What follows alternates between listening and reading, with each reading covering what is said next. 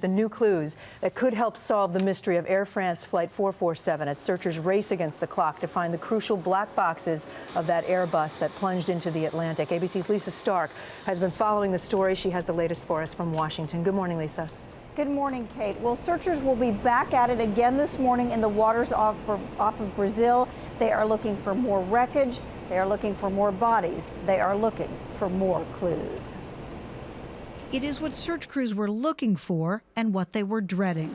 In addition to recovering the two bodies, searchers found a piece of luggage containing a boarding pass for the flight, all discovered about 700 miles off the coast of Brazil. The significance of this is that it gives us at least some ability to backtrack the currents and winds and figure out where the accident might have actually happened. Meantime, questions continue about whether faulty speed sensors on the Airbus A330 may have played a role in the crash. Air France admits that on other flights, these sensors have iced up and failed. Airbus recommended changing them. Air France had not yet done so on the jet that crashed. If you have a problem with your airspeed indicator and you try to just fly based on airspeed, you'll have a tendency to either speed up the airplane or slow it down incorrectly. Fly too slow, a plane can stall. Too fast, in some cases, it can break apart. What's key to solving the mystery of Flight 447 are the plane's black boxes, flight and data recorders, each equipped with a tiny device that sends out a signal. This is the pinger. This is what we are looking for in the middle of the Atlantic Ocean.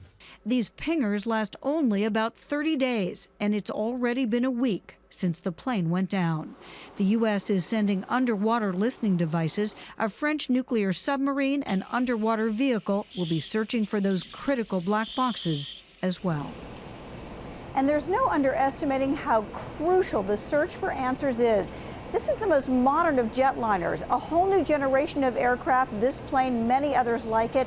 It's critical to understand what could have happened to cause one to simply fall out of the sky. Bill? Lisa Stark, thanks so much. And for more answers on that critical search for clues there, we want to bring in journalist, pilot, and aviation expert Miles O'Brien, who joins us from Washington. Miles, good to see you. Thanks for being with us. Good morning, Bill. Pleasure. I know you were loath to speculate, but we have to give you props. You were right about the Buffalo crash before that investigation even began. So assuming we don't find these black boxes, what are the most valuable clues for you? Well, the most valuable clues, of course, those 24 messages that the aircraft sent out in a 4-minute period indicating a whole cascade of failures. The question is, were all those failures, were they causes or were they results of something else? And you have to go back to the situation which lies, I think, at the root of all this. This was an airplane that was flying into an incredibly strong line of thunderstorms. And everything that happened after that, whether cause or effect, or whether the pitot tubes were operating properly, everything after that traces back to the fact that this aircraft was operating at a high altitude in the so-called coffin corner, where margins are very narrow, and in terrible weather. How about pilot skill? Our current gold standard, of course, is Captain Sullenberger, who put another Airbus safely onto the Hudson there. Could he have saved this flight, given those conditions you described? Well, this was a difficult place to be. This so-called coffin corner, there's only a 30-mile-an-hour difference between the speed that is too high and the speed that is too low. And if you don't have airspeed indications, trying to maintain that narrow window in a situation where it's dark and turbulent, that's a difficult challenge. And on top of that, the Airbus is an airplane that is designed to be flown by computers. It's an electric jet, if you will.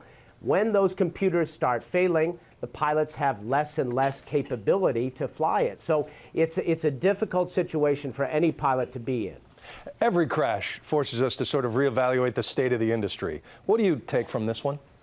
Well, I think, it all goes back to pilot training. This is a situation in the simulators, Bill. They train for all kinds of scenarios right as they're on approach for landing or on takeoff, engine failures and the like. There is no training for this kind of scenario. Being at high altitude, in bad weather, at night, rough turbulent situations, pilots do not train for hand flying through these situations. So the airline industry, the regulators need to look at this and make sure that the training reflects the possibility in the real world. Miles O'Brien, your blog has become a wonderful source of insight, and we appreciate some of it live here this morning. Thank you. You're welcome.